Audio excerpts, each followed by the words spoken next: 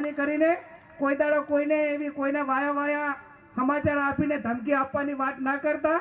ધમકી જ રહે અને એવી તાકાત હોય તો મેદાનમાં આવજો. મેદાન તમે નક્કી કરજો કે અમારે કઈ જગ્યાએ આવવાનું છે. કોંગ્રેસ સાંસદ જ્ઞાનીબેન ઠાકોરે ધોળકામાં ખુલ્લા મંચ પરથી ધમકી આપનારાઓને પડકાર ફેંક્યો. અમદાવાદના ધોળકામાં ભાજપમાં મોટું ભંગાણ સર્જાયું. 5 થી 7 હજાર જેટલા ઠાકોર સમુદાયના લોકોએ ભાજપને રામ રામ કહી દીધા. સાંસદ જ્ઞાનીબેન ઠાકોર અને પ્રદેશ પ્રમુખ અમિત ચાવડાની હાજરીમાં આયોજિત જનાક્રોશ રેલીમાં ઠાકોર સમાજ કોંગ્રેસમાં ભળી જતા રાજકારણ ગરમાયું છે. કાર્યક્રમમાં જ્ઞાનીબેન વિરોધીઓ પર જોરદાર વરસ્યા. કોઈ કાળા ભેગા સમાચારે કેવડાયા કે જ્ઞાનીબેન ને આ બધા ત્યાં રામપુરા આવવાના છીએ અને મીટિંગ કરવાના છે, પણ અમે ધાબા ઉપર પથ્થર ભેગા કર્યા છે અને પથ્થરમારો કરવાના છીએ. તો આજે આ તમારા બધા વતી કહું છું કે અત્યારે હું આ રામપુરા જ છું. તમારી ઓકાત હોય ને તો પથ્થર તો શું, પણ આજે હું કોઈ રાજકીય કોંગ્રેસ પાર્ટીની મિટિંગમાં છું, પણ મારા સમાજ વચ્ચે છું અને મારા સમાજ આખા ગુજરાતની અંદર ખૂણે ખૂણે બેઠો હોય અને કોંગ્રેસના આગેવાનોને ઠાકોર સમાજને કોઈ પથ્થર મારવાની ધમકી આપતા હોય તો આમ તો અમે ગાંધી વિચારધારાવાળા છીએ, સત્યને અહિંસાને માનવાવાળા છીએ.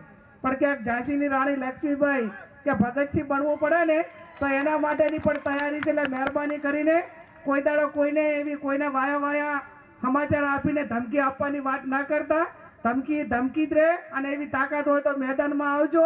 મેદાન તમે નક્કી કરજો કે અમારે કઈ જગ્યાએ આવવાનું છે.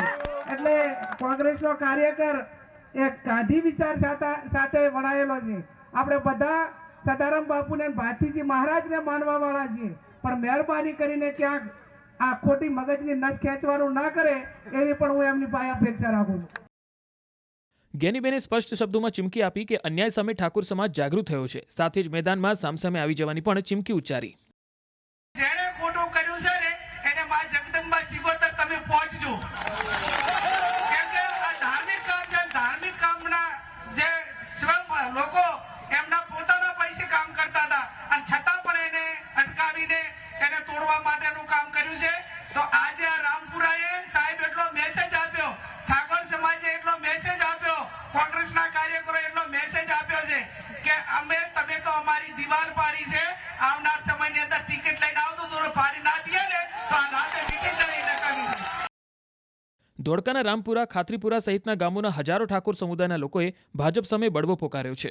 જનાક્રોશ રેલી યોજીને લોકોએ આરોપ લગાવ્યો કે સત્તાધારી પક્ષના નેતાઓ તેમને હેરાન કરી રહ્યા છે. ધોળકા વિધાનસભામાં આટલી મોટી સંખ્યામાં પક્ષ પલટો આગામી ચૂંટણીમાં ભાજપ માટે મોટું સંકટ સાબિત થઈ શકે છે. કારણ કે આ લોકોએ અમારા સ્વાભિમાનની અંદર જે અમારું જે ઇજ્જત આબરૂ કહેવાય એની ઉપર આ લોકોએ હાથ નાખ્યો છે.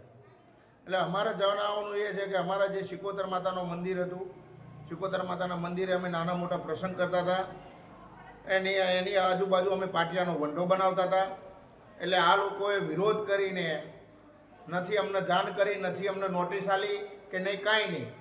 અને આ લોકોએ નહીં સરપંચે નોટિસ આલી કે નહીં સરપંચને કોઈ પ્રજાએ નોટિસ આલી, નહીં પંચાયતમાં નોટિસ આલી. પણ આ બધા સત્તાના બળથી, ભાજપના કાર્યકર્તા સત્તાના બળથી આ લોકો